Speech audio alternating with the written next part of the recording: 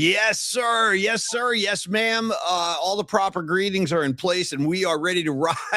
I like Creative Tony's hand gestures, like he's out on a tarmac somewhere, like with his cones. Like, Yep. By the way, when we played that, what song were we voguing to last night? When you played that song, I started to vogue. What was that?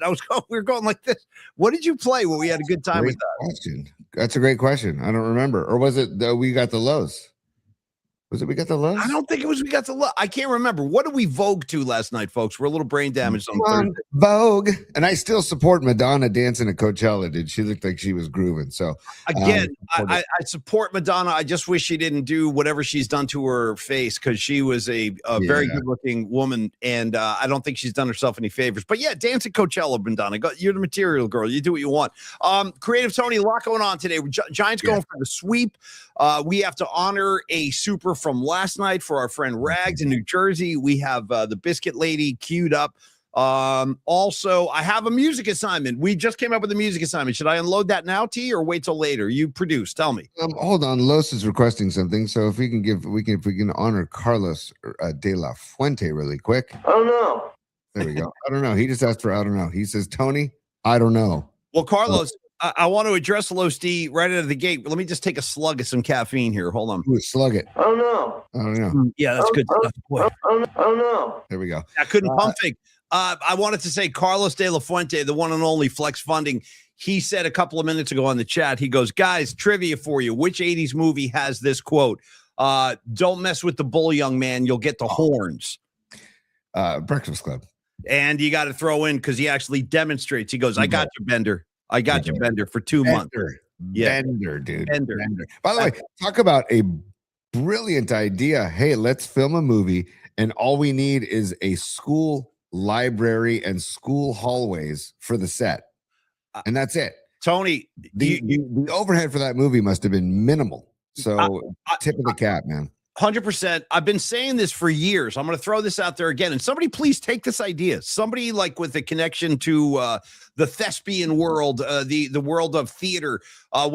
Just throw this out there and make this happen. I'm still waiting for somebody to turn The Breakfast Club into a Broadway play. Oh, yeah, because it's all dialogue, man. It's all dialogue. Exactly. And exactly what you just said. You only need one set. You need a table and some chairs. That's all. That's all you need. You need a few tables and some chairs. And I think it would also be great for like a high school play, like let the high school kids reenact those roles. And it's just tailor-made for the stage, and it's never happened. So somebody... That was the height of my Molly Ringwald crush. Oh, well, you ain't the only one, kid. Yeah. Although Rag's coming in right now saying, I dig Ali Sheedy. Sheedy with the darkness, dude, with the darkness, man. Don't forget when she shakes the hair and all the dandruff comes down like snow on her painting. It's part of the goth thing, Tony. She was like a pre-goth girl, you know? Dude, the best, man. And don't sleep on Anthony Michael Hall either, picking his nose with the pencil and also asking himself, why am I here? Why? Don't sleep on Estevez either. Don't sleep on Emilio. Like the whole cast, dude. The whole freaking cast is brilliant. It's just incredibly done. Estevez dropping this on Bender. When Bender bows up on him, Estevez goes, listen, buddy, it's going to be 2 hits. Me hitting you, you hitting the floor. And I've learned this lesson in life, Tony. One thing you don't do, you don't mess with a high school wrestler. I don't care how big you are. I don't care how strong you are. Those guys, wrestlers, they know how to tie your ass up into a pretzel and put you on the ground. And that's what Estevez, he had to do that to Bender. Bender started shooting his mouth off. Estevez took him down. If you've ever seen, Cobra Kai is not wrestling, but it's also martial arts. And also the movie, what was the wrestling movie back in the 80s? Wait, talking about Vision Quest? Vision Quest. Oh, dude, we'll talk Vision Quest all day. We're going to go, what was the guy's name? We got to wrestle. Modine, right? Wasn't it Matt Modine? Matt Modine, dude. Matty Modine making the weight, eating ice chips, and the whole thing was he wanted to wrestle Shoot for the state championship, and he beat Shoot in the final scene. He did beat Shoot. I mean, I got to say, and also give love to Matt Modine, who's prominent role in Stranger Things too, Paulie. So, oh really? You know what? Modine is kind of an unsung guy. I'm gonna back Modine. Modine. Let's not forget he had a great role in a Full Metal Jacket. He was out there on the front lines of Vietnam. Leg of Lamb checking in. Shout out Loudon Swain, dude. Loudon effing Swain. Great call. Wow, it's incredible. But Paulie, one of these days, I really do want you to watch Stranger Things because it takes place in 1984, dude. And all of the music. And do yourself a favor, Paulie. Go to your streaming service and listen. Just search Stranger Things soundtrack and let it fly. Here's Tony, stand by. I got to interrupt with a very special announcement. Well, two things, really. First off, it's great to see everybody today. Thank you for supporting the show. I probably don't say this enough. Tony and I were literally saying this before we started the show today. We were singing the praises of our audience. And again, kind of puffing our chests out a little bit, saying, I think we have the best audience in the Bay Area. Yes. And I really do believe that. You guys are amazing. You show up every day. We can't thank you enough for that. Tony, Patrick Connor is going to join us. Old Peaches, Pat himself is going to be with us at 12:30 to do some NFL draft discussion. I have an idea. Dude, I just had a flash. Sometimes when I get a flash like this, you got to follow it through or else it's gone. Since we don't have a music assignment tomorrow, I presented Tony with a couple of options before the show started, but I think we just organically fell into something that might even be better. Tony, do you see the record I have over my shoulder on the shelf? Can you see I do. Saturday Night Fever. Glorious. Okay. Right there. It is glorious. And you're talking Saturday Night. I got him right there. I got him right there. I got him dancing in the white suit. Carlos De La Fuente just said, hey, don't forget how great a soundtrack Vision Quest is. Tony, is tomorrow's music assignment songs off our favorite soundtracks? That's probably it. Because I'm talking Stranger Things soundtrack. Los is talking Vision Quest soundtrack. We talked Purple Rain soundtrack. I think that's where we see. I love when things happen organically, Paul. That's what I'm saying. That's why I had to give you the air horn, the interruption. I had to drop this on you because I think it's a soundtrack assignment. I think we've landed on that organically, like Tony said. Why don't you announce the new musical assignment with chimes, please? Okay, let me get my magic wand out. Don Peralta.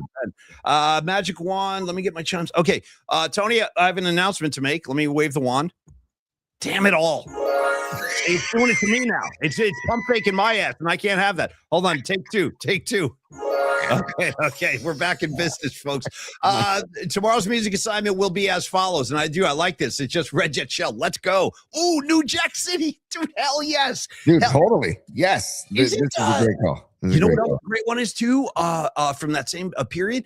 The soundtrack to that movie, Less Than Zero. Mm-hmm. Don't sleep on the left. You know what? I better make a note. I might be pulling over that. Molly, can I read some of the songs from the Vision Quest soundtrack? 1985. We've got Only the Young by Journey. We've got Change by John Waite. We've got Shout to the Top by the Style Council. Ronnie James Dio in there, I think. Yes, dude. There's Hungry for Heaven by Dio. Hungry for Heaven. Yeah. By the way, to quote Tim Ryan, Dio. I'll go Ronnie James Dio.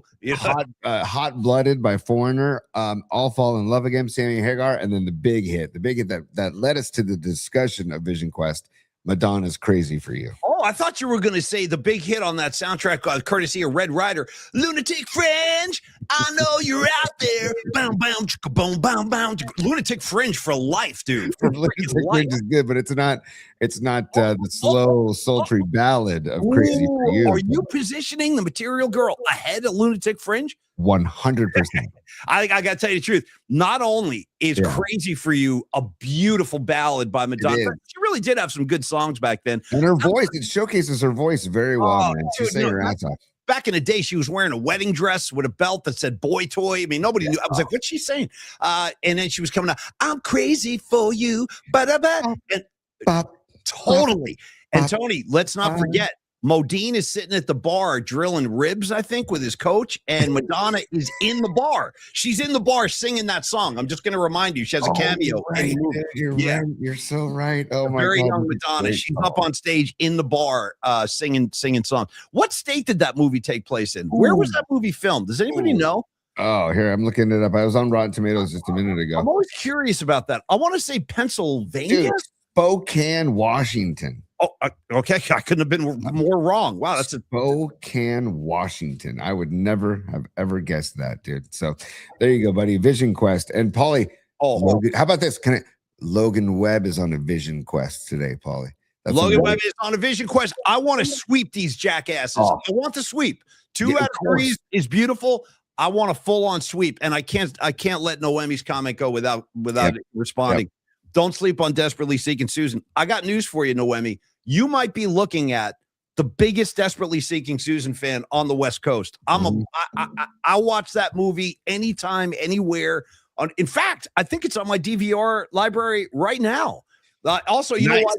Because it's a really great look at the state of New York City, like in the early 80s, because they filmed it in New York. And if you want to know what New York City looked like in the early 80s, go watch Desperately Seeking Susan. I love that movie, Noemi. We'll have to do a screening at some point. We still got to watch Grease. We need a Grease screening. We'll throw Desperately Seeking Susan in there as well. Fine. Paulie, that's my way to announce that I have to take care of some business, because we'll do supers later on in the show. But Paulie, I'm slapping your ass around the bay because there's some more. I just saw Don Peralta in the chat saying, hit that like button, y'all. Hit that like button. Yes, okay. Like and subscribe on YouTube at Polymax Particles. Another little piece of algo friendliness, Paulie, is that if you're going to be on YouTube, feel free to make a comment on YouTube. And that helps the algorithm too. It could be, you guys are right, you guys are wrong, you guys suck, you guys rule. It could be just that, but comments also feed that algorithm. So hashtag feed. We're literally learning this all together. Okay, we're all learning this together. So that is my recommendation, to feed the algorithm through YouTube. Paulie, stand by if you don't mind. I've got some business to attend to. Please. Oh yeah, it's business time. Corinne Sartorio, you are just a heart of gold. Just a heart of gold, Corinne. You ruled. She's been texting. My nephew Leo is up for Player of the Week in West Coast sports, and so people have been voting for him, and Corinne voted for him over 100 times. Corinne, you freaking rock. She's a super. And Tony, bonus points to Corinne, because if you look carefully, she's got a freaking broom on there, dude. She's the piece of the broom. I love it. Corinne, I got my broom out too. I want the sweep so bad. We talked last night in Tony's top 3 about our all-time most hated Los Angeles Dodgers. Did I get an answer out of you, by the way? Oh, yeah. You got Butterball Max Muncy. You got Oral Hershiser. And I'm going Garvey and Shady Shohei for my most hated. I'm going to elevate Shady Shohei right to the top. Hey, don't mess with Lucille. Have some fun with Lucille, man. Just embrace it, dude. The way the Philly fanatic messes with players. Embrace it. San Diego Chicken. Shout out to San Diego Chicken. He was out there doing the Lord's work, and I'm with you, dude. Hey, by the way, Shohei, you're making what, $90 million this year between endorsements and salary, and a lot of your salary is deferred. You can't have a chuckle with Lucille while you're visiting the Bay. Like, come on, dude. What do you think Shady Shohei makes if you broke down like his season? I want like per at-bat, like per pitch or whatever. I was gonna say per at-bat. I mean, every at-bat he takes is probably, I'm just trying to do the math. I don't know, what, $100,000 per at-bat. Losty can help us crunch those numbers. I'm not sure what his salary is, but I'd be curious to know what.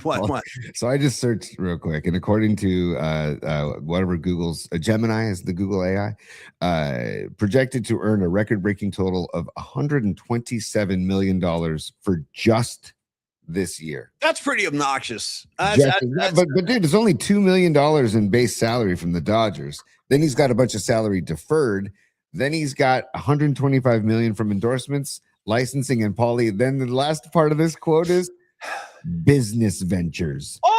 Business ventures. Okay. Hey, anybody from the IRS? Why don't we audit this jackass? Who's got a connection to the IRS? I want to slap a Shohei with a freaking audit. What are these business ventures we're talking about here? And do they involve any of your friends having to serve jail times? That's my first question. Ripping off people in the real estate market of Hawaii. That's one of them.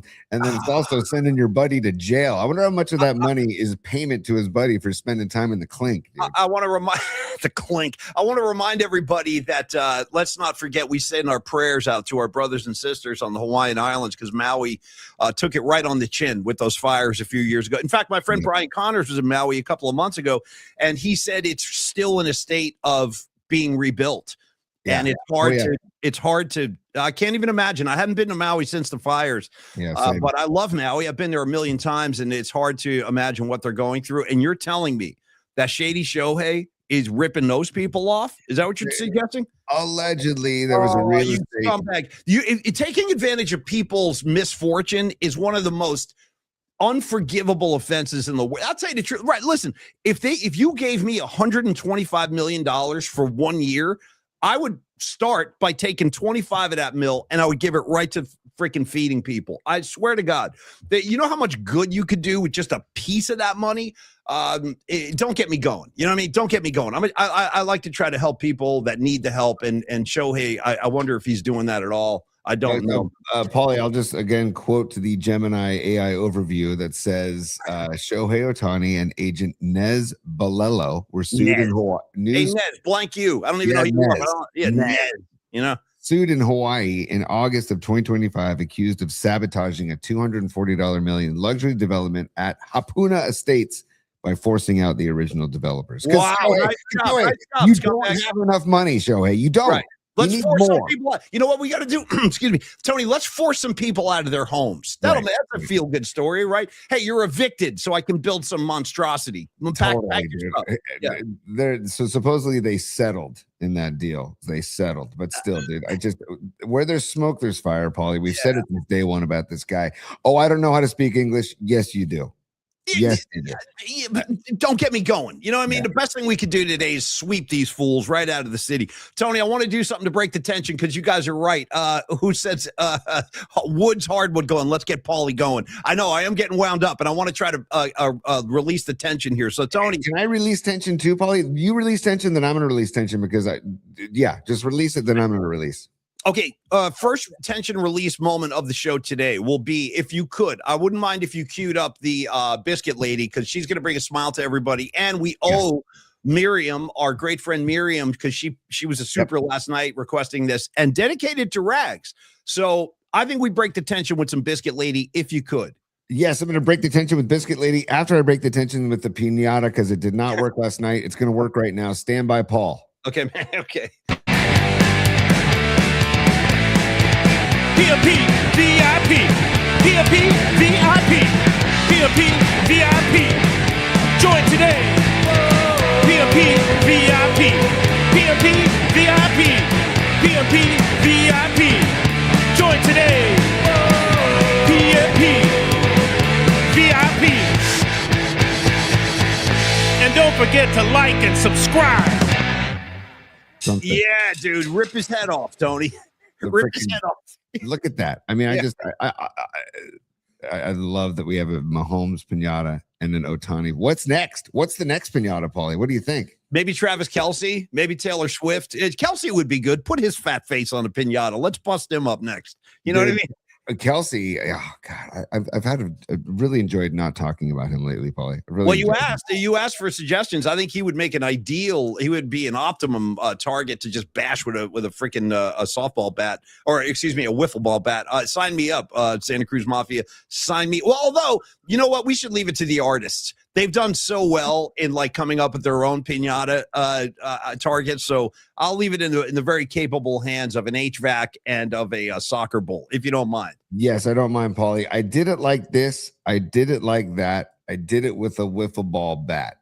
Well, shout out to Beastie Boys now, Tony. And also Don Peralta has a good suggestion. What about LaFlop? Oh, dude. Maybe we put his balding head up on the although I shouldn't, you know what? I should back off of LeBron right now. He's got a 2-zip lead. And let me say something to Kevin Durant. Kevin Durant, if you're listening, you know I like you. I know you don't care, but I do like you. I've said this before. I'd like to remind people the 2 times I encountered Kevin Durant in person, the guy was unbelievably cool. So I have a soft spot. And of course, he's going straight to the Hall of Fame. Paulie, give it to me, Katie. Give it to me, Katie. Give it to me, KD. Give it to me, KD. I have nothing but respect for Kevin Durant. But did you know this, Tony, that right now he's staring down the barrel of an 0-2 series lead at the hands of the LA Lakers. Shout out LeBron James. But here's the thing. Kevin Durant had to leave San Francisco and the Warriors because he wanted to protect his legacy. He wanted to build his own legacy. I can win without Steph Curry and the Warriors. You know what he's done since he's left the Warriors? I have a list, yeah. He has never made it past the second round of the playoffs. Yep. Paulie, 2020 missed the playoffs. 2021, second round exit. 2022, first round sweep. Getting swept, by the way. 2023, second round exit. 2024, first round sweep. 2025 missed the playoffs, and now 2026. He's down 0-2. He's down 0-2 after 2 games. So I'm just saying, Kevin Durant, listen, as Joe Strummer said famously, the future is unwritten. And the grass ain't always greener. No, the grass is brown, dude. The grass is dried up and brown. KD, come on back. Come on back. Let's cut the crap. We don't need to. There, you see what I'm saying? Let's get him back. KD, come on back home. Dude, we love you here in the Bay. You had that recording studio in your VW bus. Like you were living the good life up in the hills. You're token herb, according to the people I've talked to. You come back to the Bay and relax where it's legal. And we'll put another ring on that hand of yours. Because I'll tell you right now, if we had KD, Butler, Draymond, and Curry, I'll take my chances with that foursome any day of the week. 100%, Paulie. KD, enough is enough. Why are you doing this to yourself? It ain't going to work in Houston, man. It didn't work in Brooklyn. It didn't work in Phoenix. Where did it work? Right here. Come home. KD, enough is enough. Come on home. You're forgiven. Everybody's forgiven. Let's do this again. Let's ride off into the sunset with rings on our fingers. I'm trying, Tony. I'm trying. As much as I love what you're saying, I don't know if he would come back. And second of all, maybe we go into the studio. We call the artists known as Player, the band Player, and ask him if we can do KD come back. KD come back. You can blame it all on me. Yeah. I was wrong, and I just can't live without you. Boom, boom, boom. KD come back. Anyway, Tony, let's move on. We got to look at this. I love it, man, dude. Robot Centaur, no, KD, stay away. The KD era is over. Red Jet Shell, no KD allowed in the Bay. Once you leave, you are fired. I love it, Red Jet Shell. Hey, man, Tony, give me the biscuit lady. Hold on, time out. Red Jet Shell also says, and just shave the head bald. Let that little piece of hair go. You ain't kidding, girl. No, 100%. His hair game is all banged up. He's got like a clump here, a clump there. KD, shave it down, kid. You're going to look all clean. Although, maybe there's something gangster about it, about not caring. No. I, as a bald man, I have to speak for the bald community. KD is rocking the hairdo of a guy that would ask you for change, like at Port Authority in New York City. Like when you get off the bus or the train, there's usually a couple of dudes standing there like, hey, you got any change? You got any change? And those guys always have like clumps. Yes. So I'm saying maybe KD, that's not the look he should be rocking, especially as he goes. Red Jet Shell's all over it. He needs a new look. KD, just take it from a bald man. Liberate yourself. It's a liberating feeling when you just let it go and you stop worrying about the little patches. You start worrying about just let it go and just be on natural. Bald is beautiful, Katie. Patches, dude, patches. Let me give you my favorite lyric involving the word patches. I actually have one. Here it comes. AC/DC, Bon Scott. It ain't no fun waiting around to be a millionaire. I've always loved this lyric. He goes, I got patches on my patches of my old blue jeans because they used to be blue when they used to be new, when they used to be clean. Rest in peace, Bon Scott. That's my patches lyric moment for the day. That's beautiful. I just got to give love to corduroy patch pants that you could buy in the Grateful Dead lot or a Fish lot for decades. I'd like to give some love to the song Corduroy from the band Pearl Jam. I don't want to take what you can't give. I would rather starve than eat your bread all day with Vetter. Tony, give me the biscuit lady. Let's go. Is Rags? Do we have Rags on the chat? Is Rags here? Rags is here. He's Iron Rags. He's never missed a show. I love you, Rags. I do. I freaking love you in front of everybody. Thank you for supporting the show as you do, man. We love you. Yeah, God, yeah. Are you kidding me? Past midnight last night. You know, it's the guys. Give me the lady for Miriam and Rags. He's a beast. Everybody, welcome Estelle back to the show, please. Oh, look at her. What a face. What a lovely face. Okay, here we go. Joy. Here we go. Stand by. Hey, Rags. Guess what? It's Toasters of Toasters and Moose. Taste the Biscuit, the movie Chickens in the Shadows, and all things in the Biscuitarius universe. Hey. So I understand that your PMP Army family is very fond of you and wanted to have me make a message for you. Apparently, you might be a Taste the Biscuit fan. Oh, boy. Maybe a Toasters and Moose fan. Maybe a Toasters fan. Anyway, I'm thrilled. That's pretty cool. So I wanted to reach out. And by the way, your name Rags really has a pleasant association for me. Oh, boy. My dad's best friend while I was growing up was named Rags. See? And so I've always been kind of fond of that name. And so I understand that you might be a Dallas Cowboys fan, which is not too popular out here in California. I'm in the Bay Area. But I have to tell you, I was born in Amarillo. Yes. So I can understand that hometown spirit there. So I just got to share something with you here, if I may. Ooh. Would you like to taste the biscuit? Oh, my God. Oh, my God. Let's do that together if you don't. Wow. Mind. Maybe even you share this with your friends if you like. But you can sing along, you can dance along. But let's do it, shall we? Okay. Taste the biscuit. Taste the goodness of the biscuit. Taste the honey sauce. Yeah. Taste the goodness of the biscuit with the honey sauce. Don't get that honey sauce on me. I don't like the way it tastes on my chicken wings. Nice. Taste the biscuit. All right, dude. Now, Paulie, that is, I mean, I almost feel like I'm invading a private moment here. This is so personal. The husky voice of the biscuit lady addressing Rags. How many times did you take the Goha, take this message, and then go into the bathroom and lock the door? Tell me the truth. Tell me the truth. Tony, finish your thought. I'm just saying, that's probably not that big of a stretch. Tony, go ahead. The chat is on fire, dude. Is this soft porn? This is not for my eyes. I feel like I'm eavesdropping watching. I know. Me too. Right, I'm gonna go to the end because the end is the best freaking part. The end is the best part. Here we go. This is like the last 30 seconds or so. All right. And someone said you might even have a crush on toasters. I'm dying. I'm just dying. Anyway, have the greatest day, greatest evening. I'll be thinking of you. And again, I'm sending big love and biscuit hugs from Toasters. Hold on. Taste the biscuit, hon. Oh. Every chance you get. Oh. Wow. I'll tell you what, man, that's a very suggestive biscuit lady. I don't remember it being that provocative, but let's be honest. There's a spark there, man. There's a freaking spark. Paulie, one last time. Just another one last time. And again, I'm sending big love and biscuit hugs. The very end. Toasters. The very end. Right here. Taste the biscuit, hon. Every chance you get. Oh, my God. I almost feel, wow. Okay, this is, that's what I'm saying. Every chance you get, Rags. And then she dropped a hun on you.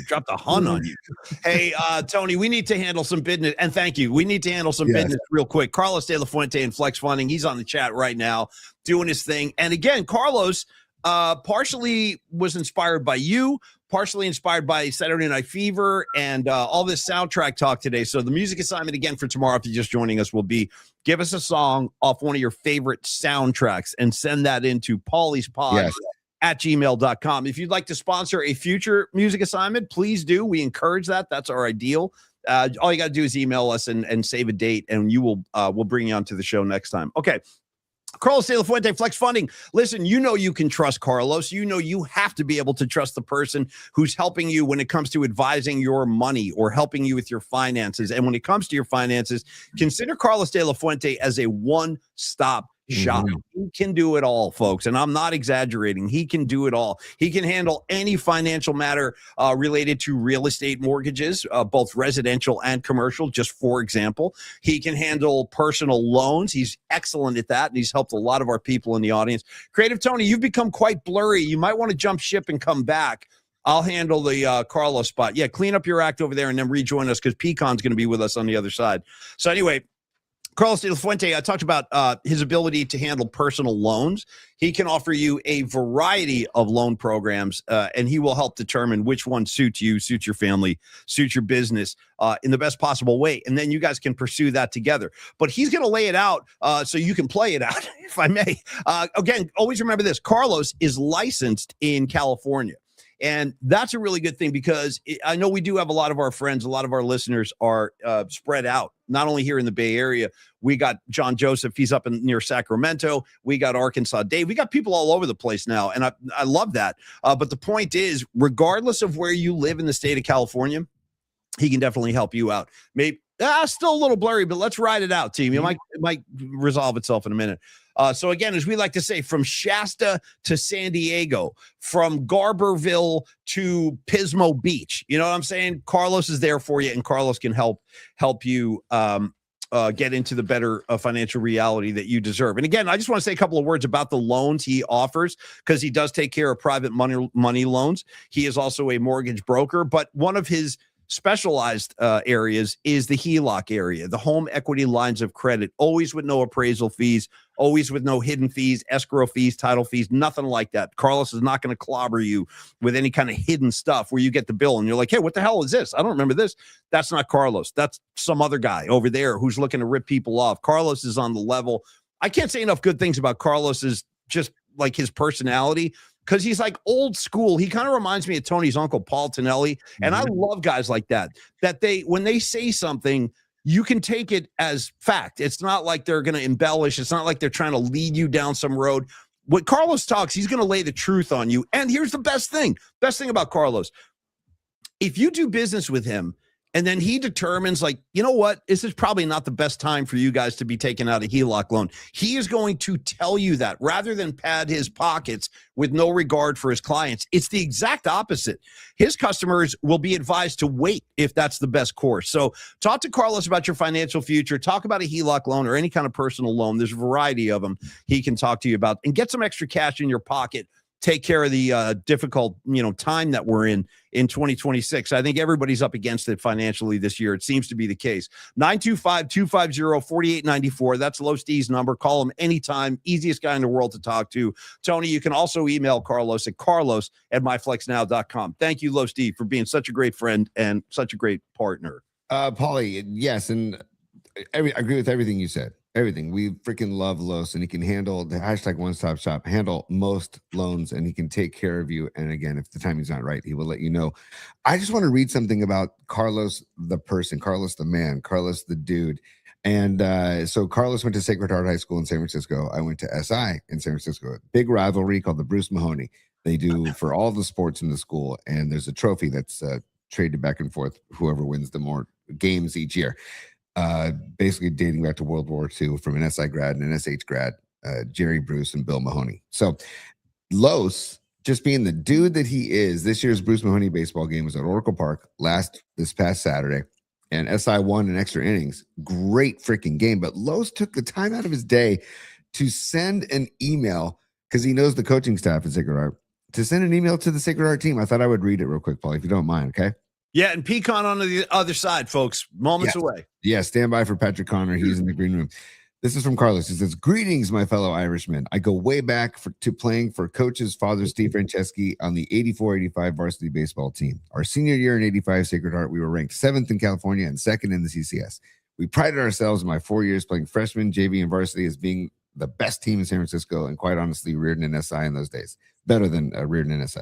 I grew up in the outer Sunset and should have gone to SI, which was 2 miles away from our house. I chose to bust it across town and attend SH, and it's one of the best decisions I've ever made. SI was always Stanford. SH was always Cal. They were entitled, but they had the rich parents. They had the best equipment in the baseball field close to their campus. We didn't give a bleep when the games began. We were on equal ground, and when we beat their A repeatedly, there was nothing better. Baseball is a team game. Trust your teammates. Pitchers throw strikes. Just trust your stuff, your defense. Hitters don't try and be a hero. Wait for your pitch, and if they pitch around you, take a walk and let the next guy drive in the runs. Put the ball in play and don't try to swing over the fences. Make the defense make a play. I miss more than anything road trips down to all the schools and rides back with the team after a win. This is the best time of your lives. Embrace it. Enjoy it. I wish you nothing but success, not just on the diamond, but in life. Cheers, and go bleeping Irish. Left fielder, Carlos De La Fuente, number 12, class of 85. Nice. Oh. Nice. Left fielder, number 12, class of 85, dude. I'm right behind you, Los. I'm an 86, dude. But great message. And that, again, gives you a little peek into the kind of guy Carlos is, man. Caring about, like, where he came from, trying to fire up the next generation. I love that stuff about high school sports. Yep. When, like, the old-time dudes come in and talk to the present kids. It's a big deal. You know, it shows you, like, the legacy and how important it all is and how you remember that stuff, even as you're going into your adult life. You know, a lot of us always remember those great memories. So thank you. Want to show what kind of, thank you, Lois. It's just the dude that he is, and that's why we love him. That's why we trust him with this partnership, and now it's just become great friends. And thank you, Lois, and thanks for sharing that, dude. Thanks for sharing. That's great. Talking about people that we know, talking about people that we love and we respect, and has a great sense of humor. You guys know this guy. We try to get him on the show as often as possible. He is one of our great boys and colleagues from past days over at the radio station. But again, he's still carrying around all that great insight, his great sense of humor. So let's bring him back onto the show. We've had him in the past. Let's get back to him. He is PCon. You guys know him on the streets as Old Pat. You guys know him as Peaches. Stop him, shake his hand on the street. But we got him here today on Polymax Particles. We want to talk a little NFL draft with our main man, PCon. Yeah, dude. Pistols, dude. Pistols. See what I'm saying? Right out of the gate. How about the guys that shoot like this, where they got like James Bond stuff, where they get the elbow and then the pistol? Check it out like this. You ever seen one of those? You've seen that. You don't get it every day, but not in the flesh. No, that's a first. Give me the James Bond pistol at the pub. Yeah, now we're talking. Yeah. Where they give you it's like a gentleman's fold, you know, and then strong. Just to rest so you can aim properly. Hey, great topic. Song. Can I jump in a day early on songs from movies? Because you know I'm a score movie fanatic. I know. Dude, I'll occasionally text Paulie a song from a movie that it's not a score. It's just an original. Sure. I'll hit you with a Jim Capaldi from Bloodsport. Okay. One of the great videos of all time. Jim Capaldi just on his horse meandering through the desert. Okay. Yeah. See. Bloodsport. Jean-Claude Van Damme about the Kumite. And it's got Ogre from Nerds. Yes, he is his best boy. He's his buddy. Okay. How's an Ogre? And Rolo Young, he's bouncing his titties. He's doing the flex, you know? I know exactly who you're talking about. And doesn't Van Damme slide underneath him and give him a shot to the groin? Absolutely. Yeah. And it's all in slow motion, and Van Damme with his weird kind of and then he's like, yes, it's so good, dude. With his mouth open, he looks nuts. Jim Capaldi, YouTube, check it out. So good. Hey, PCon, before we move on, your thoughts on the movie Vision Quest? Vision Quest with Matthew Modine? Hell yeah. Yeah, it's great. Okay, we were talking earlier. Did you wrestle, PCon? Were you a wrestler? No, dude. I don't have the discipline to strap on the unitard. You know? But Tony, we're all in the same age bracket, and if you're younger, you may not remember this, but there was a time in fashion, the fashion timeline, when you didn't have to wrestle to throw on the shoes, the little shoes. Yes, dude. That's you know what? It became a fashion accessory. It was. And I had a pair, and I did. Pico, ready for this? Swear to God, this is true. My boy in college, one of my boys in college was on our college wrestling team. Shout out John McKay. He was a dude from New York. He was kind of crazy. He had a mohawk and everything. And he had these great wrestling shoes. Ready for this, Pat? I used to borrow them. I'd be like, the only pair of shoes I've ever borrowed. I'd be like, bro, John, can I borrow those shoes? I'm going out tonight. He'd be like, yeah, go ahead. Hey, did you ever rock them with shorts? No, but I'd be out at the bars like with wrestling shoes on. I mean, I thought it made me cool. I was probably a complete jackass, but that's how I rolled back in the 80s. Yeah. Tony, dude, to rock the wrestling shoes with a pair of OP shorts or Z Cavaricis, big stones. PCon, now you made me laugh, dude, when you said, and you're so right about this, throwing on the unitard, very unforgiving. There's no place to hide. There's no place to hide. Every contour, every little piece of your body. Yeah. Now, what's the difference, if there is one, to both of you guys? Because Tony prefers to call it a singlet. Tony, it's a wrestling singlet. What's the proper term? They're both. I bet singlet's probably the right nomenclature. Yeah, right? I think singlet might be correct for. I think it is, but I don't. Maybe in wrestling, it's called a singlet, and in life outside of wrestling, it's a unitard. I'm not sure. I'm not sure. You know, when you look at the guys in the hottest band in the world, Kiss, because PCon and I spend a lot of our free time talking about Paul Stanley. What's Vinnie Vincent up to today? But you could argue Paul Stanley is essentially wearing a singlet. Yes. You know, at the end of the day, he's got those straps and everything. Yeah.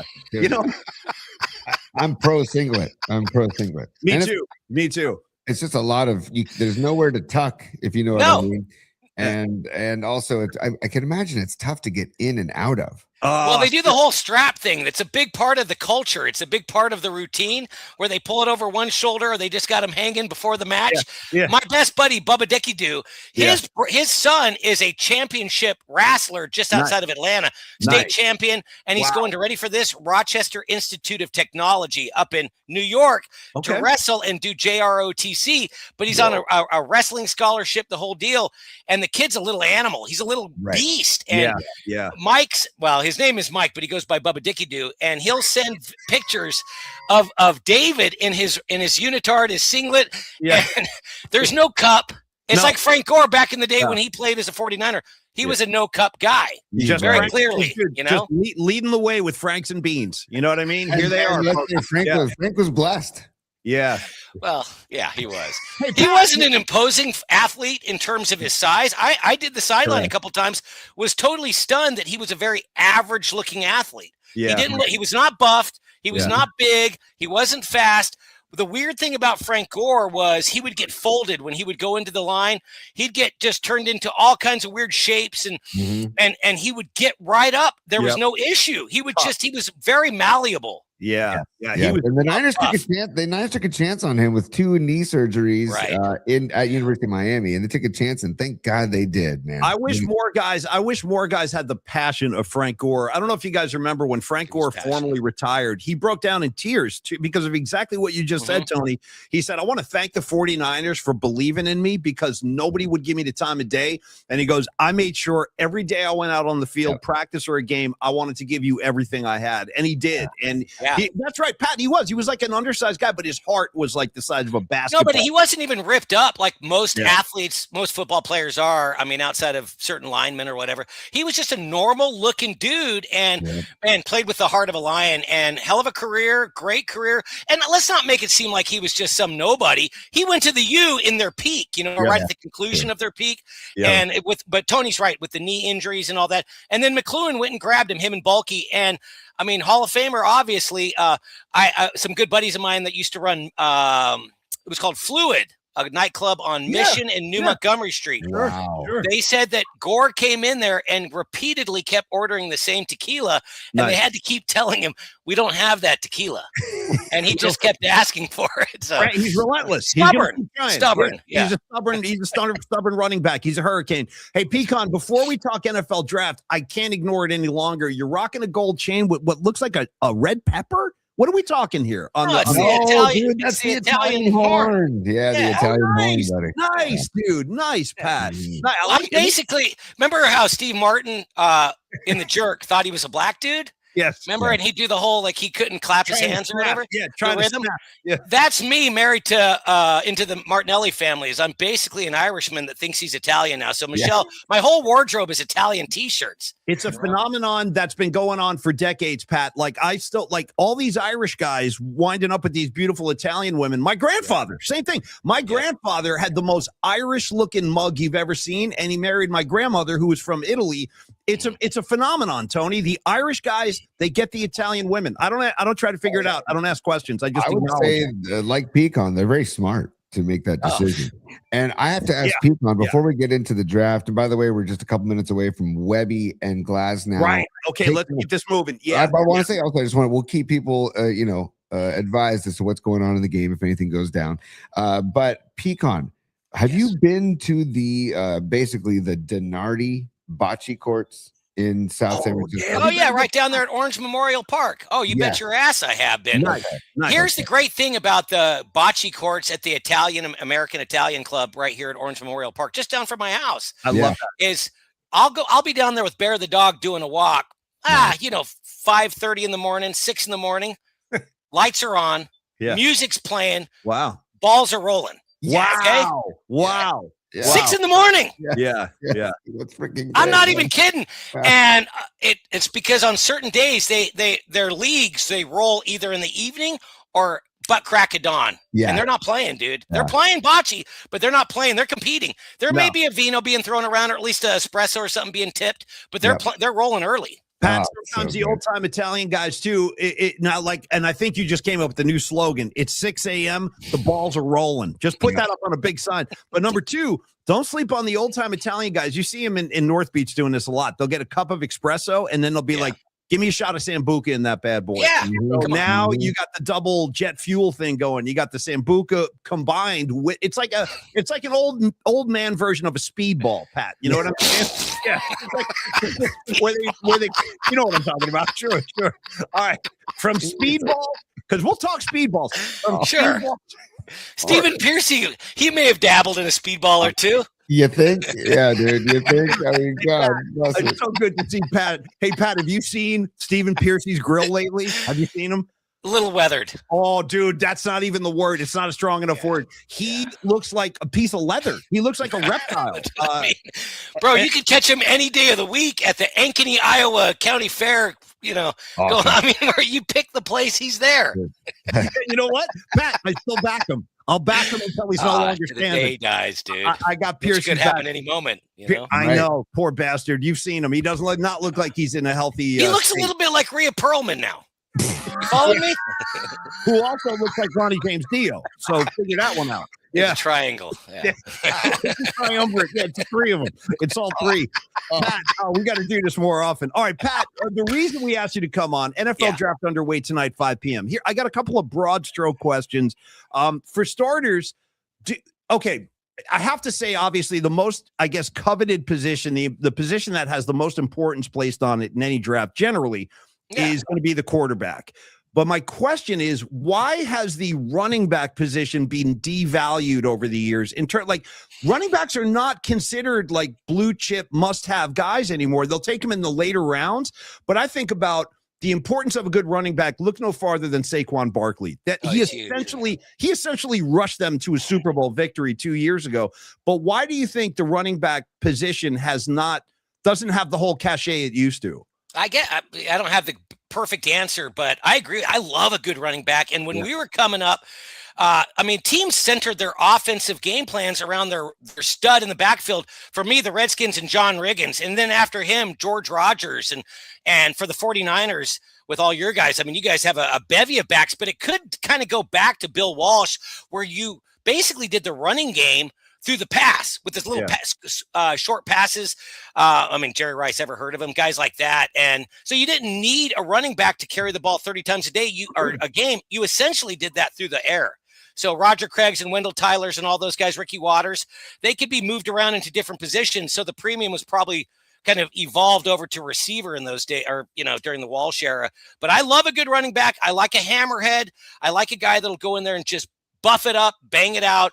Those are my guys. Christian McCaffrey is more of a Bill Walsh guy like that in terms of more versatile. He's not a hammerhead. Right. But just for me, watching Eric Dickerson gallop down the field was so iconic. And I don't know. So I think that's probably why you can fill those roles pretty easily. And then why would you invest a top pick and that money in somebody that may play for 3 or 4 years? Yeah. So maybe that's why. Okay. Are there any running backs in this year's crop, Pat, that you like, that you've had your eye on and be like, yeah, this kid's a beast, or keep an eye on this guy? Like, give us a running back you think we should pay attention to. The Notre Dame kid is pretty good. He's considered one of the better players in the draft. Look, I would love to have all the breakdown on 400 players in this draft.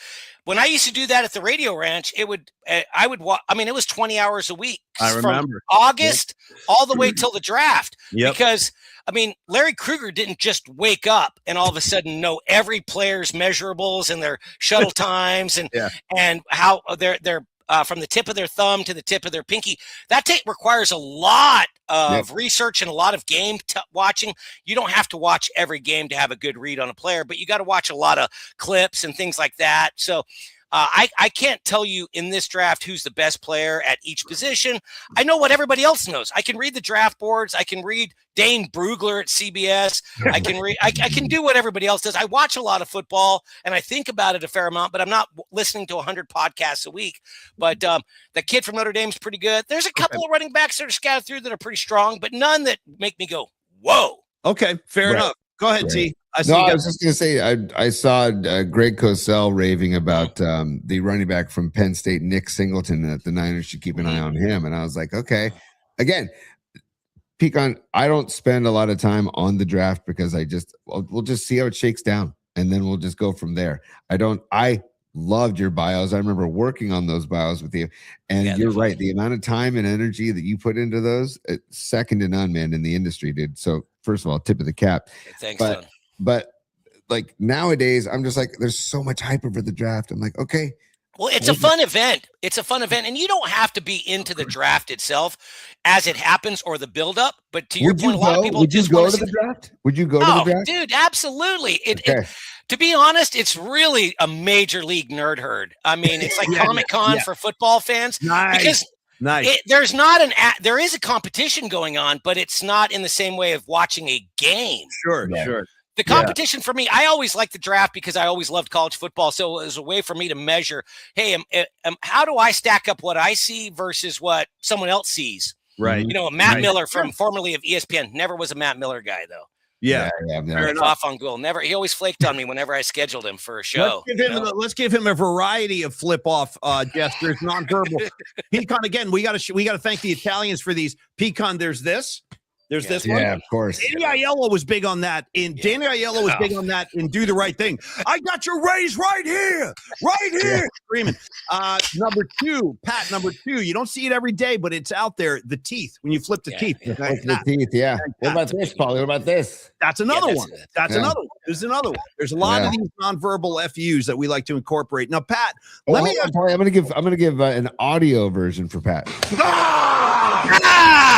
That is D lineman Henderson from the Jaguars asking his trainer years ago to slap him in the face. I remember it. Before a game. Yeah, before a game. John Henderson out of Tennessee. I remember building his bio. He was about 6'7", a good lean 320, long arms. Yeah. I was never big on tall defensive tackles. Never was. Same here. You know, DeForest Buckner was a tall defensive tackle, liked him. Yeah. Who was his countermate at Oregon that the 49ers drafted? Eric Armstead. Never a fan. I remember when I never made a bio for somebody with fear that the 49ers would draft him, and then I'd look like a major a-hole. Right. Because it happened, and it did happen. It did happen. And it's just, you just got to roll with what your instincts. I'd rather be shamed by the 49ers, who never did. They never did. And I'd rather feel that embarrassment or that hot flush, that your skin gets hot. Right. I remember it happened with Kenjuan Balmer. I was with Michael Urban, rest his soul, at the ballpark, and he goes, "Hey, buddy." He broke into the show. We were talking baseball pre-Marty, dude. Marty was still in the green and gold, baby. Right, Pat? Yeah. You know, he was still over there with Eamon Sweeney up in the rafters of the Coliseum. Dude, you're dropping Sweeney bombs. Damn. The hair swept back of it. Sweeney. Oh, dude, big time. Yeah. But Urban goes, "Hey, man, the 49ers just made a draft pick." And he goes back to the studio. Let's see what Patrick thought about the 49ers selection. Oh, no. I had no idea. Here comes me squawking about Kenjuan Balmer being a bum on steroids and going to get washed in the sauce and probably not that smart. Sure enough, he sucked. Yeah. He sucked. Yeah, he did. Go ahead, Tony. Hey, PCon, I got two things for you. Stand by. Utah, give me two. Okay, just wanted a little audio accompaniment there for you. First of all, Webb, 1-2-3 inning, top of the first. Got the very clean inning for Webb. Ground out by Shohei to start off the game. Adamas hitting right now. Good AB against Glasnow. Secondly, PCon, would you rather see the Niners prioritize O-line or D-line or a running back? Of those three, how would you talking about in the 27th pick with the first round? Yes. Yeah. I don't think you're going to get you'd have to be pretty lucky to get an absolute star. You can get a star in any round. We know that. Yeah. But your odds are reduced the further you dip, right? So I would say, for me, I think it's more important that the 49ers go offensive lineman if the best, if that's the best guy at that position available at the 27th pick. I think they need offensive lineman help in the worst kind of way. That's the number one overall priority. Man, they're even the big left tackle, Big Trent. Come on, man. They had to give him some more loot and 2 more years. They had to, because he's their best offensive lineman. They got no choice. And he's still good. Yeah. I don't want to pretend like he's not, but he's getting old like we all are. Correct. Correct. Yeah, so they better get some big dudes that are strong. I know that Kyle and them, they don't necessarily want the straight ahead pushers. They want guys that are a little more nimble. Whatever they want, you better bolster that offensive line because you got an investment under center. Yep. And Chris McCaffrey's not going to be as nimble, I don't think, with each passing or each game. And then you want to protect the quarterback. You want time for the receivers. They just need offensive line. That's my number one priority for the 49ers. I love this, Pat. Well said, man. Well said. And now you're talking about being under center. I think I want to pick your brain about Fernando Mendoza, because that's probably the name that most people are talking about. They expect him to go number one. Here's my thing on him, Pat. I look at now, calling him a choir boy or a holy roller is like an understatement. This kid he's leading with Jesus. He's coming Jesus first when he comes through. And just the whole marriage of his kind of Bible based personality with Las Vegas and the Raiders. It's such an unusual matchup. Most people think he's going to go to the Raiders, but I'm not so sure his game is going to translate to the pros. A lot of people think it will. What do you think, Pat, about the likelihood of him becoming a good, solid pro quarterback? I think of him as Eddie Haskell. I'm not a huge Mendoza guy. What I mean by everything he does is scripted. It could be his own doing, or he has some kind of management team that's telling him what to do. There's pictures of him on the internet laying in a meadow with a yellow lab and a golden retriever. And there's no effing way. There's no effing way. It's not happening. These are all scripted moments in all his post-game blatherings. They're cute. They're sweet. They're too cute. They're too sweet. Everything is scripted. Okay, somebody got in his ear, and it's BS. Yeah. Do you like a quarterback like Kenny Stabler in a jail cell smoking a butt? That's what I want for an Oakland Raider quarterback or a Vegas Raider quarterback. Well, the Raiders don't even have the mystique that they once did. No. Maybe they need to get that back. Mendoza, I think he's a good player. I think he's a good quarterback. I think he's got some moxie. It's just all the other Eddie Haskell crap that I'm not into. Go ahead. Hey, by the way, just to show how tough of a sport baseball is, I don't know if you guys saw Mendoza's first pitch at a Marlins game over the weekend. I think the guy looked feeble, and this is going to be the number one pick in the draft, first quarterback. It's okay, just goes to show you how hard of a sport baseball is. That point too. But I wanted to see, what did you think of Mendoza deciding to stay home with his family instead of attend the draft? I wanted to get your opinion first, and then I'll tell you. I think that's all part of the act. Yeah. Nice. And then also, I know, listen, someone with a better kind of angel on their shoulder than I have. I got rid of the angel a long time ago, saying, hey, his mom can't travel very well, I'm sure. Yeah. And so that's probably true. It's probably hard for her to kind of wheel around in and out of Pittsburgh and at the event space. That's probably not an easy place for her to cruise. Right. But everything. I'm just skeptical of everything he does. On the field, good player. I don't think he's iconic, and I might be proven wrong. I think he'll be a good player, and the Raiders better pick a quarterback. So it's probably the smart move for them to do. Real quick update. Arise, great at bat by Arise. 3-2 count, walked, and then just stole second. So my guy Arise already on second base. One out in bottom of the Great updates, Tony. Great updates, brother. I feel like I don't even need to watch the game. Just watch it. I'm hanging out with you guys. Hey, I'm thinking about Mendoza. This guy's so scripted. I could see him showing up for the first day of camp with a patch on. You know what I mean? Right. How about the fact of Cousins and Mendoza together in the same? Dude, you're gonna be there's Bible study right after practice. Meet me in the trainer's room. Yeah, in Vegas. I know. Who's gonna take those guys to the Spearmint Rhino or whatever? Someone's gonna I'm just waiting for the scandal with Mendoza. Do you want a quarterback more like Mendoza? This is the question I would pose. Do you want a guy like Mendoza that's slapping the Bible around, or do you want the quarterback like Stabler that's slapping the ass around? I would probably prefer the Mendoza type, at least in today's football. You can't have a swashbuckling, cocaine snorting, whiskey swilling a-hole like you used to. I don't think you can anymore. There's too many cameras everywhere. There's too many opportunities to step in it, I think, nowadays. Totally. That's just a snapshot of a bygone era. Pat, here's what I'm going to do. I'm going to ask you two more questions, and then we can wrap it up. I'll let you get back to work, but I have two more quarterbacks I want to pick your brain about, and I know you know these guys. They're both SEC boys. Well, actually, Carson Beck is not SEC anymore. Don't like him. Don't like him at all. Go ahead. This is superficial. Well, how old is Beck, by the way? Isn't Beck 28 years old, by the way? 28. Yeah. Well, he looks like you remember in Meatballs 2 where they go to the camp and there was a little alien that was in the yellow galoshes or whatever. That's what he looks like to me. Yeah, he looks like that. I just don't like his face. He's coming at you with the teeth. He's got the horse teeth going. His eyes are too far apart. Okay, so I don't trust him. Right. And then, and then two, he's just been around forever. I think he's a little bit, I don't think he's super bright. Now, I'm not super bright either. So fat knows fat, dumb knows dumb. I recognize one of my own. He's not super bright. Okay. And a quarterback, I'd rather a quarterback, if I got one quality, I want them to be super smart above having a big cannon or whatever. Nice. I don't think he's super bright. I like that.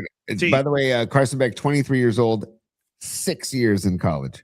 Yeah. 6 years. What are we doing? You know what I mean? What kind of program are we running? All right, Pat. And then the other guy. Now, I like this guy, although I'm hearing a lot of people say they don't expect him to go very high, if in the first round at all, maybe later in the draft. But give me your thoughts on that kid from Alabama, Ty Simpson. I like him. I like him. I do too. I do. He, to me, and again, this is so superficial. I watched him play almost every game that he, 12 or 13 that he started this year. Yeah. He just looks the part, one. Right. And then two, I think he's pretty tough. I think he's Beck's pretty tough too. I mean, he missed some time at Georgia, and then when he transferred to Miami, I think he may have missed some time there too. Not this past season where they got to the championship game, but I like Simpson. I like quarterbacks that are the children of a coach. I just think that if there's two professions that having a father in the same line of work really pay off, one, football, and then two, the Marine Corps. If your dad was a grunt and you're a grunt, you're going to probably be a real good one. You just know the culture, you know the scene, you know what to expect, you know the sacrifice required. I like Simpson. I think he'll be a pretty good quarterback. Yeah, I agree. I like it. And I like, you know what else, Pat? I like the way he moves in the pocket, and I like his poise. He never seems like he gets rattled, and he doesn't really make bad decisions. So I wonder why more people are talking Carson Beck above him. But I like Simpson too. Tony, go ahead. Get your last shot in for Pat. My last shot in has nothing to do with the draft, but with the NFL. And you mentioned cameras everywhere. Have you been following the Rossini Vrabel? Oh, boy. See, here we go. I just saw pictures from 2000 in a bar. I'm sorry, not 2000, from 2020. It's a weird thing. It's a weird thing. And now he's not going. Mike Vrabel's not going to be at the draft over the weekend. Right. Wow. I think he's going tonight and tomorrow. So but he has counseling on Saturday. Yeah, that is just so weird. And it's candy ass and it's chicken ass, and it just sends the wrong message. It doesn't look. I mean, the guy can coach, obviously. Bad look, and then again, cheating on your wife's a bad look too. And then denying it or keeping your mouth shut, I guess, was probably the only smart thing he did, is just keep his mouth shut. And then he just threw her right under the bus, and she's a moron. And I feel bad. I do feel bad for them, and I feel bad for their family. So I've thought about this since it hit.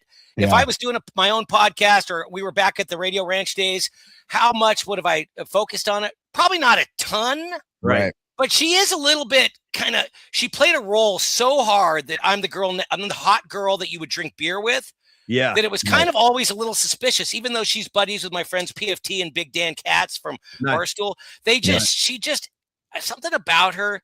She is attractive. Yeah. And she's pretty good at her job. But to me, the sad thing about her whole thing, who cares how fast you can tweet out a scoop? Who cares, dude? Right. What a stupid kind of thinly veiled thing to base your career on. Yeah. Right. You got to it 10 seconds before Schefter. Yeah, but what about the tampering? Well, this is my last thing. And what about the tampering stuff, though? Like, hey, Vrabel can't talk about it, but hey, Diana, can you maybe talk about AJ? Oh, yeah. Brown? Can you maybe talk about Stephon Diggs? Can you maybe talk about the Patriots? And how about, like, it just reeks of just. They all do that. They just may trade. Their currency exchange may be different. She may be been trading one thing, whereas Ian Rappaport may be trading, hey, I'll jerk off one of your other clients or your other team. Right. You know, they're all trading in something. She may have been trading in physical things, but they all do it. Why would the 49ers go to Rappaport as opposed to Rossini? Right. I don't think Adam Peters was getting a back rub from Rappaport. You know what I mean? I don't think John Lynch is doing that with Schefter. They're all trading in something, and the whole it's all fake. Who cares how fast you can tweet out something? And if you're a fan consuming that, you got to look in the mirror and say, I'm a loser. Yeah. This is why the more often we can get PCon on the show, the better off we're all going to be. Pat, let me say this, bro. From the South City hat to the chain, to the riffs, to coming in with the what was your soundtrack again on the horse? Oh, Bloodsport. Yeah, Jim Capaldi. Look him up and give yourself 4 minutes and then just laugh and just marvel in the genius of the music and the video, the art of the video. I mean, you're dropping Van Damme. He's punching that guy in the groin and screaming. It's like, Pat, this is why I love you so much, dude. And thanks for coming on today. Let's keep that phone open because we're going to bring you back. Yeah. We might have you for a post-show review or post-draft review. Anytime. And I want to give my tip of the cap to Big Dom for being such a sending me great emails and everything. So, and you guys are really crushing it. It's a lot of fun. The Familia is on fire. So you guys are killing it. And Pat, the last thing I can tell you is our audience on the comment line, they're going nuts. They love you, dude. And they were all very, very happy to see you. Please give your wife a big hug for me. And Pat, you just keep doing Patrick Connor stuff. We'll talk to you soon, my brother. Here we go. PCon, before you bail, we got a super from Don Peralta saying nice Cornicello at PCon. And then Patty from Napa saying PCon, miss you tons. So I'll be in Napa on Sunday, Patty. We'll have to get our Vrabel and Rossini on. All right. Okay, baby. On that note, Pat, be well. I'll talk to you soon, brother. Arrivederci. Ciao. I love Patrick Connor, dude. He just lifts the whole show up to a different place. He is a nonstop energy content machine. And I hope you guys enjoyed that because, Humdinger dropping a War Eagle, 100%, and a Semper Fi. Patrick Connor, for those of you that don't know, he was in the service. He was a United States Marine, so you got to give him his proper respect. Tony, I'm not sure if Tom Stack was a Marine, but he probably should have been. Tom Stack is, I don't know if he was a Marine either, Paulie, but I'm sure Tom Stack would like to know that it's one out in the top of the second. That's why we're gonna handle our business, and we're gonna get, because I want to watch this game too. So let's start with Tom Stack and Coldwell Banker Realty. Listen, we love Tom Stack. I've already come up with a few new nicknames. Tony, one of them, Jumpin' Stack Flash.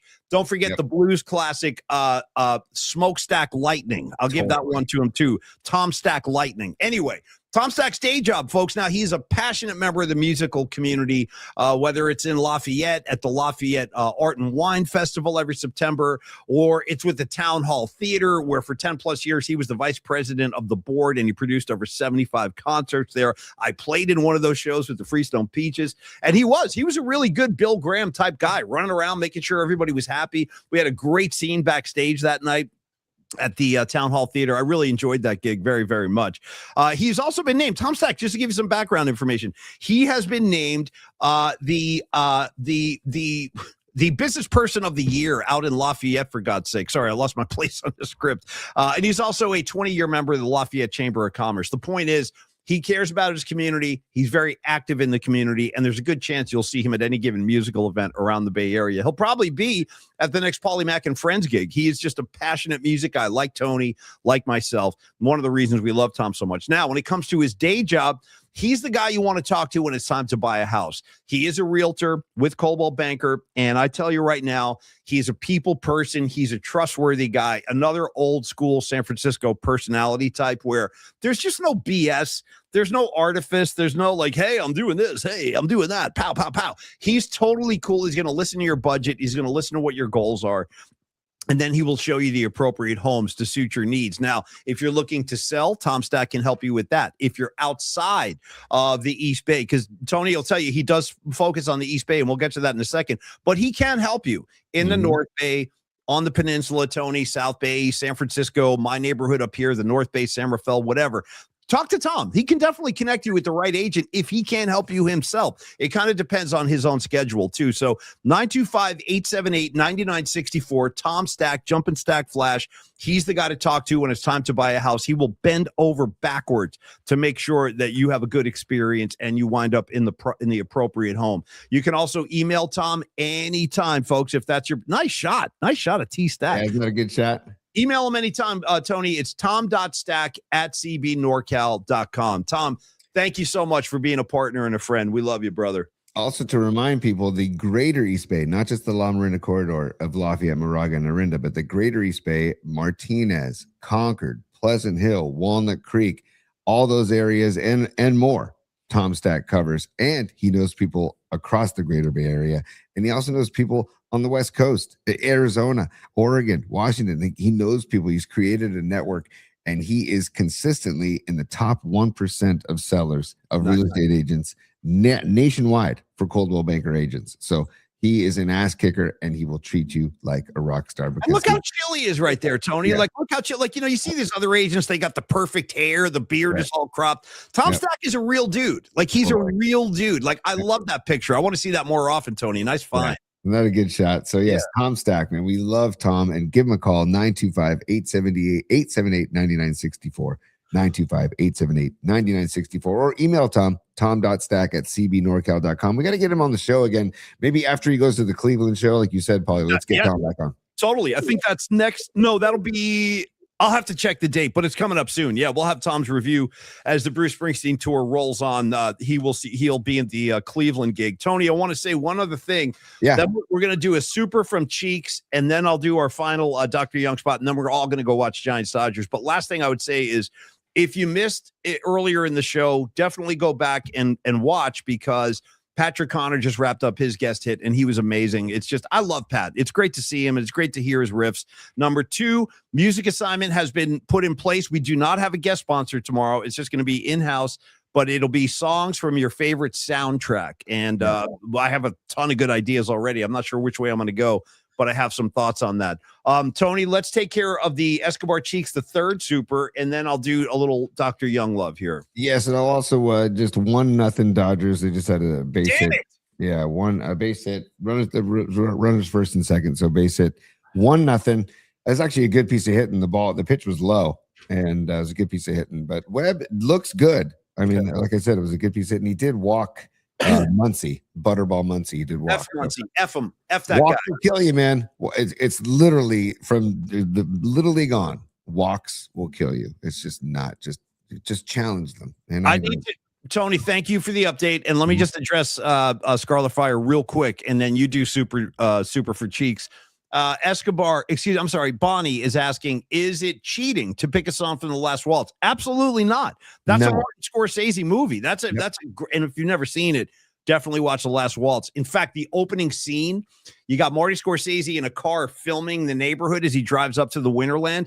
You will not believe that was San Francisco in the 70s. Cars are on blocks with no tires. The houses are burned out.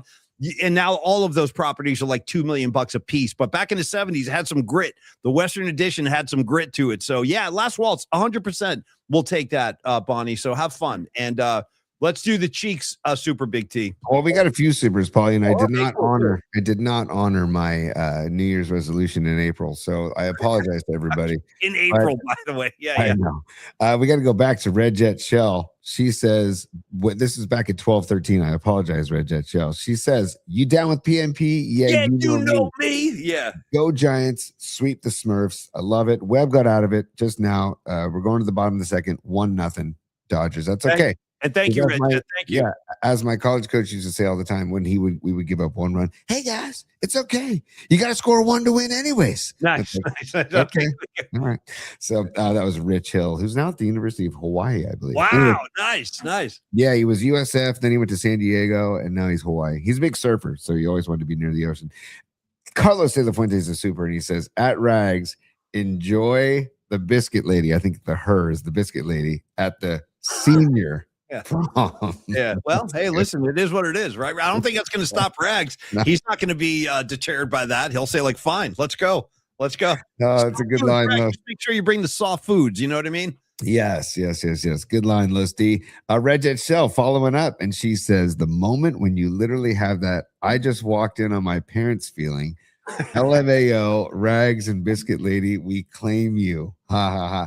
So, if you're just tuning into the show now, we played the Biscuit Lady's message to one of our dear audience members, Rags, and we'll play it again. We'll keep it in the archives because great call by Miriam to ask for that as well. So we love the Biscuit Lady. I forget her. What's her name again? Stella? No, I forget her name. Gosh, why am I blanking on her? I'm forgetting too, Tony. Patty, help us out if you could. I don't remember. Why am I blanking on her name? That's horrible. Estelle. We know her as the Biscuit Lady. Oh, sounds right. Estelle. Thank you. Estelle. Yeah. Well, yeah, Estelle. That was close. Isn't that George Costanza's mom's name? Estelle? Yes. Estelle Costanza, the greatest Estelles. Yeah. By the way, last night watching TV with the kids, it's late. It's later than it should be. They're up still, and I said, the kids like, what should we watch? I'm like, how about a quick Seinfeld episode? So we go to Netflix, put on an episode, and we just I don't know, we randomly picked an episode, and it happened to be the ugly baby episode and the lobster out at the Hamptons, but it's also in George's girlfriend. It's the shrinkage episode, basically. I was in the pool. I was in the pool. Yeah. I've never heard my kids laugh louder than shrinkage jokes, and when George's girlfriend goes topless and George. That's the best. That's the best. That she just like casually takes her top off right in front of everybody. Yeah, what's the problem? I'm just chilling. Yeah. And George is like looking at Jerry. Now every time you can just look at her and imagine her naked. Yeah. And Jerry goes, yeah, I guess you're right. Yeah. Good episode, but awkward with the kids. I'm already in. I'll tell you, kids. In my experience, I've found kids do respond to Seinfeld. Kids love Kramer. You know, you don't have to be an adult to dig Kramer. Totally. And it's fun. It's a good point though how it does translate to children. They like it. So good. And the shrinkage jokes, Dom was cracking up. It was really funny. So, anyways, you brought up Seinfeld. So, Paulie, we have a couple more. Okay, finish them up. Supers. Escobar Cheeks III says, with the latest Rossini and Vrabel news, we need Maury to do the announcement if her first child is his hashtag you are the father. Are you going Maury Povich? I think he is dropping a Povich. I don't think the first time Povich has been mentioned on this show. Respect. Cheeks is operating at a pretty high level, as we all know. And thank you, Cheeks, for all the support, man. Thank you. I was not expecting a Povich mentioned on the show today, Paulie. Nor was I. And it's the only Maury I know. I don't think I know another. The only other Maury I know is the guy in the Goodfellas who was Maury selling the wigs, and they had to whack his ass. They got him in the car with the ice pick. Did they have Danish at this diner? Bam! That was the last thing he ever said. Pesci put the ice pick right in his head. The wigs, man. The wigs. Yeah. Maury's wigs. Remember when he jumps in the pool? Maury's wigs never come off, and he jumps in the pool backwards. Yeah. Isn't that how the movie starts? The movie starts with his commercial. Isn't De Niro watching the commercial? I swear to God, De Niro's watching. No, the first scene is them driving around with Phil Leotardo in the trunk, all banged up and shot. That's the opening scene. I've seen it like a million times. Okay, good. The Maury jumping in the pool is a little bit later in the movie. Yeah, but he does watch it on TV at one point. You're not wrong about that. Yeah, I thought that was the opening scene of the movie. And right after that, De Niro gets so pissed, he goes back and chokes him with the phone. Yeah. He takes the phone cord and starts choking him. Yeah. By the way, Maury Povich or Jerry Springer? Who are you taking? Or do I throw Phil Donahue in there? Well, dude, Donahue climbing over people with the mic, sticking the mic in people's. But I got to say, there's a quiet dignity to Povich that Springer doesn't have. Springer's kind of a circusy kind of talent. Right. I might go Povich just for the dignity. I agree. And Povich was a current affair too, like that. By the way, shout out Woods Hardwood dropping a Billy Bats. 100% that was Billy Bats in the trunk. Pesci got him. Pesci got Billy Bats. He also got him in Raging Bull. He beat up the same guy, Frank Vincent. All right, Tony. Great knowledge. Last one from Cheeks, and then we can go watch some Giants ball. Escobar Cheeks III saying my top two most hated Dodgers, Brett Butler and Mike Piazza. Good one. Hashtag F the Doyers. Hashtag F Shady Shohei. Hashtag test that bitch. Hashtag fire Ranford. Hashtag create chaos. Hashtag bring back small ball. Escobar, the thing that jumps out at me on this one is test that B 100%. I want Shohei's. I want to test him.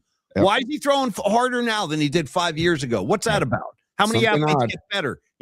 Yep, there's something there. Probably where there's smoke, there's fire. Pete. I don't believe any of his. I don't buy it. I'm not buying Shohei's whole thing. I just don't buy it. Thank you for putting me in the mouth. Reminds me of the Rolling Stones logo. Dr. Matt Young. Listen, we love Dr. Matt Young. I sent Dr. Matt Young a picture today, as a matter of fact. We were exchanging on the phone earlier today. My friend for over a decade, my dentist for over a decade. He himself, Dr. Matt Young, the handsome, strapping dude that he is, he's been in business over 25 years. I would think that the ladies, the PMP community, would be really eager to go make an appointment with Dr. Matt Young. Why? Because you will not find a better look. I mean, just on the surface, if you want to talk about like surface stuff, he's an extremely handsome guy. Yeah. He's an extremely cool guy. Like I'm telling you, had Megan in his chair. I've had Liz has been in his chair too. Yeah. Like, how are you today? And he's so freaking handsome and suave. Like I would think he's going to be very popular with the ladies. Look into him, the tan, the teeth, the hair. It's a trifecta of handsomeness. And you guys might want to explore that. But anyway, Dr. Matt Young has been in business for over 25 years. He is right down there off Union Square, like a block away, 490 Post Street.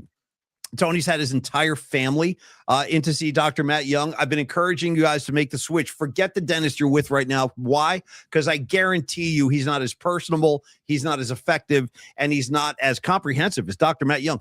Dr. Matt Young will check on you after appointments. He'll call you at home. The first few times that happened to me, I was like, wow, hey, Liz, my dentist is calling me. Hello? And he's like, I just want to make sure you're okay. Is everything okay? Do you need anything? Do you need a prescription? Are you comfortable? I'm like, no, yeah, I'm good. So he really cares is the point. Like, he will check up on you. He will follow through with you. And then, like, the services he offers, it's everything across the board that you would hope for in any given dental office, like cleanings, taking care of your cavities, fillings, implants, veneers, orthodontics, emergency care. Should you have an emergency? I had a filling fall out once. Ooh. Like in the middle, and it sucked. All of a sudden, there was like a big hole in my mouth. And I was like, hey, Dr. Young, I had a filling fall out this morning. He's like, get in here right away. Get in here. So the point is, his emergency care is basically always open. Like, if you have an issue that's a serious problem, he'll see you right away. Last thing I'll say, Tony, the entire team, you sing the praises of Joyce down there. The whole staff is incredibly friendly and accommodating. They will take all the major insurance companies. You should never have a challenge there. So reach out and talk to Dr. Matt Young today. Make your appointment. Make the switch. Find out why we love him so much. I guarantee you'll be a convert. I'm so confident in that. There's no way you could walk out of there and not like be in love with the guy. 415-392-8611. 415-392-8611. That's John Frank, Alex Smith, everybody. Yes. 8611. And then finally, you can always email Dr. Young as well. It's info@youngdentalsf.com. In fact, I should have said, Tony, that's Dr. John Frank, who walked away as a Super Bowl champion and goes, yeah, I'm good with this. Now I'm going to explore medicine. He's out there somewhere with a lab coat on. Dr. John Frank, Tony. We should try and find Dr. John Frank and get him on the show. Great call with the blonde curls, dude. He's coming at you with the blonde curls. I'm ready. Yeah, man. I'm a fan. Yeah. And Charlie Young, also 86 for the Niners. And I'm trying to think of another 11 besides. Sorry, Tony. I'm going back to the 70s on this one. Defensive lineman, sack specialist, Cedric Hartman, number 86. Thank you. Great call. Great call. The one thing I also want to say about Dr. Young, Paulie, everything you said is correct. You're spot on the money. Well, two things. Turn the dental experience into a positive, enjoyable one. Great call. That's what we're talking about here with the Young Dental Group in San Francisco. They make the experience something that you do not loathe. That's something that when you see on your calendar, you're like, oh, cool, I get to go see Young, and I get to go see their great staff. So that's what we're saying. That's why we believe so much in the Young Dental SF Group, and you can give them a call at 415-392-8611. And just to show you the type of guy that Dr. Young is, I heard from him over the weekend. He was sending me pictures and videos of my cousin's son, Leo Ryan, who was pitching for SI. Nice. And he's just like, hey, dude, check out Leo. Here's a video of Leo. He's crushing it on the mound right now. And Bonnie doing the same thing for me. Thank you, guys. There, by the way. How come you weren't at the game? Well, because we had our own game at the exact same time. Fair enough. My bad. I forgot. Yeah. Good call. I know. And we won a heartbreaker 5-4. It's a great game. Dom through three. Dom was on the mound the same time Leo was on the mound. There was definitely some particles happening. How's Dom's confidence level / ego at this point? I'm just asking. He stays in check. We make sure he's good about it, but I saw his swing. This kid's got a swing like freaking Keith Hernandez, dude. You show me his swing is beautiful. It really is. He's really enjoying it. Keith Hernandez was a lefty. I'm just reminding you. Keith Hernandez batted lefty, kind of like Dom throws righty, pitches lefty. Leo throws righty, hits righty, and Leo clocked at 91.3. the other day, hitting 91 miles an hour. Just 3 years ago, he was throwing bullpens to me and my cousin David and throwing BP to Dom. And now he's throwing 91 and pitching varsity baseball. Could be happy for him. And just total, selfishly here, Leo's been nominated as the player of the week in the Bay Area, and you can vote on that. Dom posted the link in our chat. Dom, if you wouldn't mind posting it one more time, you can vote on that. You can vote as many times. You don't need to join anything. You don't have to sign up a membership. But he's going up against this other guy who is in the East Bay. I forget his name. But this kid must have bots going for him, or because the kid's got like 2,500 votes, dude. Probably. Yeah, he's got his parents pulling levers behind the scene. Yeah. So anyways, tip of the cap to both those kids. And I just freaking love youth sports. And I feel like it's the last pure Me too. Athletic experience before. That's why I love high school football. I love high school basketball, and I love high school baseball because of exactly what Tony just said. The kids are still pure. They're not like damaged goods yet. They haven't been like corrupted. It's just about playing the game. And I'm glad your nephew's crushing it. I'm not surprised. Kind of runs in the Ryan family. These kids are all studs. Where do you see Dom? I'm telling you, where do you see Tony's kids swing? It's pretty impressive. Dude, thank you, Paulie. He's putting in the work. I tell him you got to put in the work, man. You got to put in the work. I use Steph Curry as an example almost every day. Literally almost every day. Don't be afraid to mix in a Jerry Rice running the hill either. Dude, we hike that hill. And when we hike that hill, I'm like, Dom, this is where Jerry Rice used to run. Seriously, by himself, shirtless, guys tried to run along with Jerry Rice. He would literally like come close to putting guys in the hospital who tried to keep up with his workout. Rice was, but to your point, it doesn't happen just because they put their cleats on. It happened because they put in more work than anybody else. Your Steph Curry's, your Jerry Rice's. Tony, are we finished with Dr. Matt Young? I'm going to say thank you. We are finished with Dr. Matt Young. Thank you, Dr. Matt Young and the Young Dental SF Group for all of your support. Seriously. Thank you. Yeah. The partnership, the friendship. We're so freaking lucky, Paulie, and I just really appreciate everybody's support on the show. Same here. And guys, thank you for being with us today. I want to thank Pat Connor for being by today. Again, looking forward to next week. We got Peter Hartlob. He's going to join us on Tuesday. And check out what Hartlob said. By the way, I'm glad I forgot to mention this. Last thing, and then we're going to go because I want to watch this Dodger game too. Peter Hartlob was like, dude, you guys interviewed Lauren Gold from Rush because Hartlob is a big Rush fan. Yeah. Check this out. He goes, you know what we got to do? He goes, when I come on Tuesday, let's talk about our favorite all-time Bay Area concert venues, like your favorite one. His idea, I'm like, done.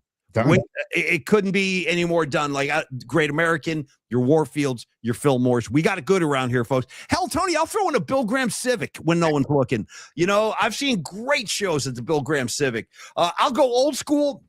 Tony running up and down the stairs. We still don't know why, but shout out to the Kaiser out in Oakland at Phil's 60th. I looked over. Tony was just running up the stairs. A couple minutes later, running back down the stairs. I still never got to the bottom of what that was about, but it was funny at the time, Tony. So thank you. Vegetables and music, Paulie. That's all.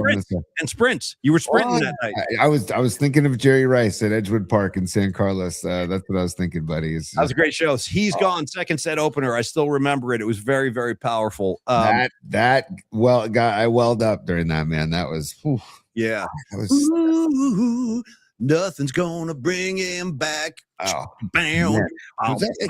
What year was that? Do you remember what year that was? That was the year 2000. That was 2000. Phil turned 60. Yeah. Wow. Unbelievable, man. Unbelievable. Well, Paulie, Webb got, so let's see. Okay. Webb got out of it. Shohei struck out again. So Shohei, another K. Here, sit down, Shohei. Go sit down. Go take some more whatever you're taking because I don't trust them. Yeah, we're going to the bottom of the third. 1-0 Dodgers. Everybody, thank you for joining the show. We know that you could have easily just said, F this, we're going to watch Giants Dodgers, but thank you for watching the show. And now we're all going to go watch Giants Dodgers, all of us. Yes. Take us off, Big T. We'll be back at high noon tomorrow with the musical assignment and just, whatever shenanigans we can come up with. Thanks, T. Business hours are over, baby. It's business time.